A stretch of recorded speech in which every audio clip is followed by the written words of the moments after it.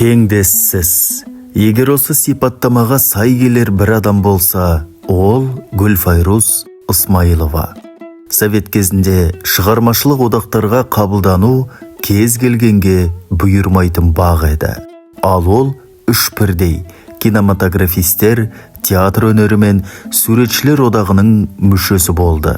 Мұндай дәрежеге жетуге Тәңір берген таланттан бөлек өр рух пен еркін болмыс керек.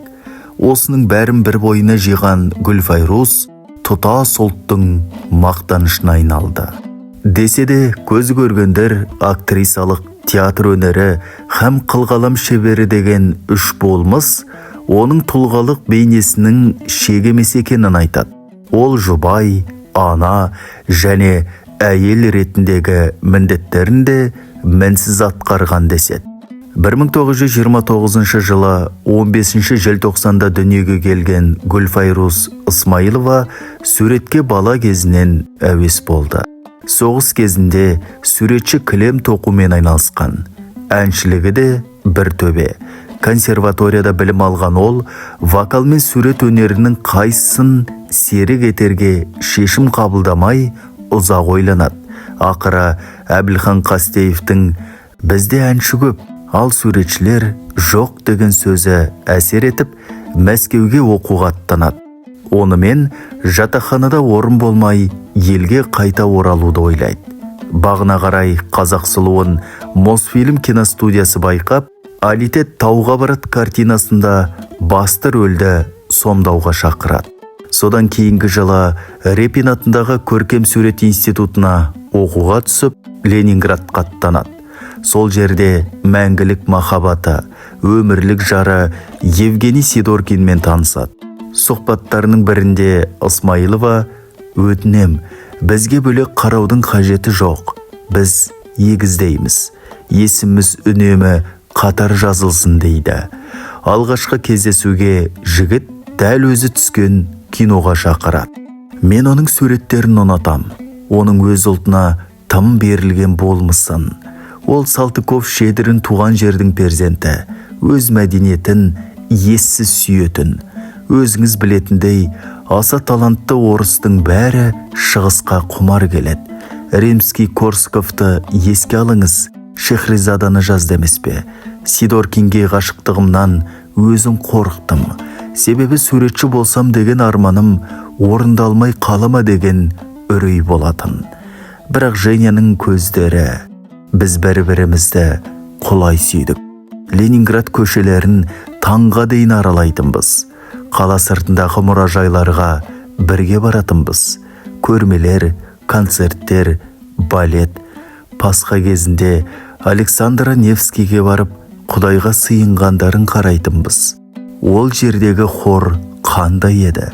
Себебі Киров театры вокалистері сонда барып қосымша ақша табатын. Иконаларын айтсаңызшы, мен оларға суретшінің көзімен қарайтынмын. Бала кезімде көрші орыс әже мені Николь соборына ертіп баратын. Сол кезде орыстардың құдайы қандай сұлу деп ойлағаным есімде қалыпты. Иконаларды сол кезден жақсы көрдім. Әсіресе Андрей Рублев, Феофан Грек туындыларын. Және екеумізге қызығушылықта, сезімде ортақ болды. 1953 жылы Васильев аралында некемізді қидық. Оны ата-аналарымыздан жасырдық. Себебі өзге ұлттан жар таңдағанымызға бәрі қарсы болды. Қазақстанға келген соң махаббатым менің отаныма ғашық боп қалды. Екеумізге де сыртымыздан көз салғандар көп. Маған сезімін білдіргендер қандай көп болса, оны көре алмаған еркектер сонша еді. Ал оған ғашық қыздардың тіпті шегіне жетпейсің. Десе де біз бір-бірімізге өмір бойы адал боп қалдық деп еске алып отыратын суретші отбасылық өмірін. Екеуі сүйген жары бақилық болғанша 27 жыл бір шаңырақ астында ғұмыр кешті. Жалғыз ұлдары Вадим де ата-анасының жолын қуып суретшілікке бет бұрды. Әкесі өмірден өткенде Вадим 22 жаста еді. Санкт-Петербургтегі оқуын тастап, анасының қасына оралып, оған қолдау көрсетеді. Ол кезде жаңа дәуір басталған. 90-шы жылдар жұрт көзіне түскеннің бәрін жермен жексен еткісі келетін. Мемлекеттік мұражайлар мен шығармашылық бірлестіктердің қорлары тоналды. Танылмаған өнерпаздар атақ-даңқ үшін бір-бірінің шығармаларын, мұрасын жоюды армандаған кез болды. Қайта құру кезінде олар таланттарды ығыстыруға тырысты.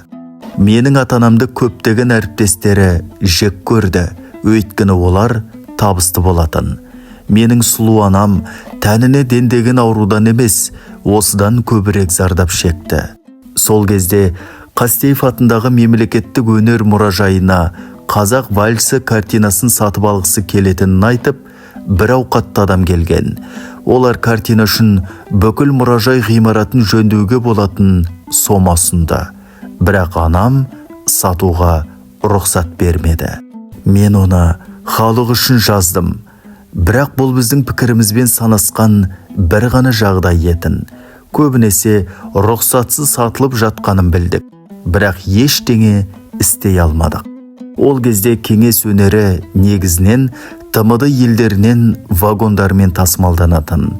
Көптеген жеке галереялар әртүрлі қоймалар мен қорлардан ұрланған тауарларды ашық түрде саудалады. Мысалы, анам опера және балет театрында ұзақ уақыт суретші болып жұмыс істеді. Ал театрды қайта құру кезінде оның көптеген эскиздері мұражайға берілді. Содан кейін мен оларды коллекционерлерден көрдім. Бұған анам қатты қайғырды дейтін. Шынымен-ақ, суретшінің визиткасындай болған қазақ вальсі құн жетпес туынды. Өнер коллекционері қызықса қызыққандай. Қазақ өнерінің алтын қорына кірген осы бір туындыны жазғанда Гүлфайрус бар болғаны 29 жаста болған. Автор шығармашылық өмірінің алғашқы жылдарында театр немесе концерт сахнасындағы өнерпазды бейнелейтін композициялық портреттерге әуес еді. Осы портреттердің барлығында суретші кейіпкерлер өміріндегі ең бақытты һәм ең көңілді сәттерді шебер жеткізген. Олар бейнелегендердің қарапайым адамдық сипатын ашуға емес, Тәңір берген өнерінің шырқау шыңына жеткен шағын бейнелеуге бағытталған. Ысмайылованы баурап алатын да осы бір ғажайыпқа тұнық шығармашылық шабыт күйі. Өзі де мен гүлдер мен әйелдерді жақсы көрем, натураларымды үнемі шынайы өмірдегі бейнесінен биігірек жеткізуге тырысам. Мені күйбең өмір прозасынан гөрі ертегі елтет дейді емес пе?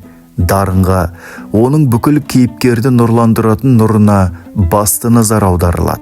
Автордың әрбір кейіпкерінің таланты портреттерде барынша ашылып, суретшінің барлық кескіндемелік, композициялық шешімдері сол қасиетті көрсетуге бағытталған.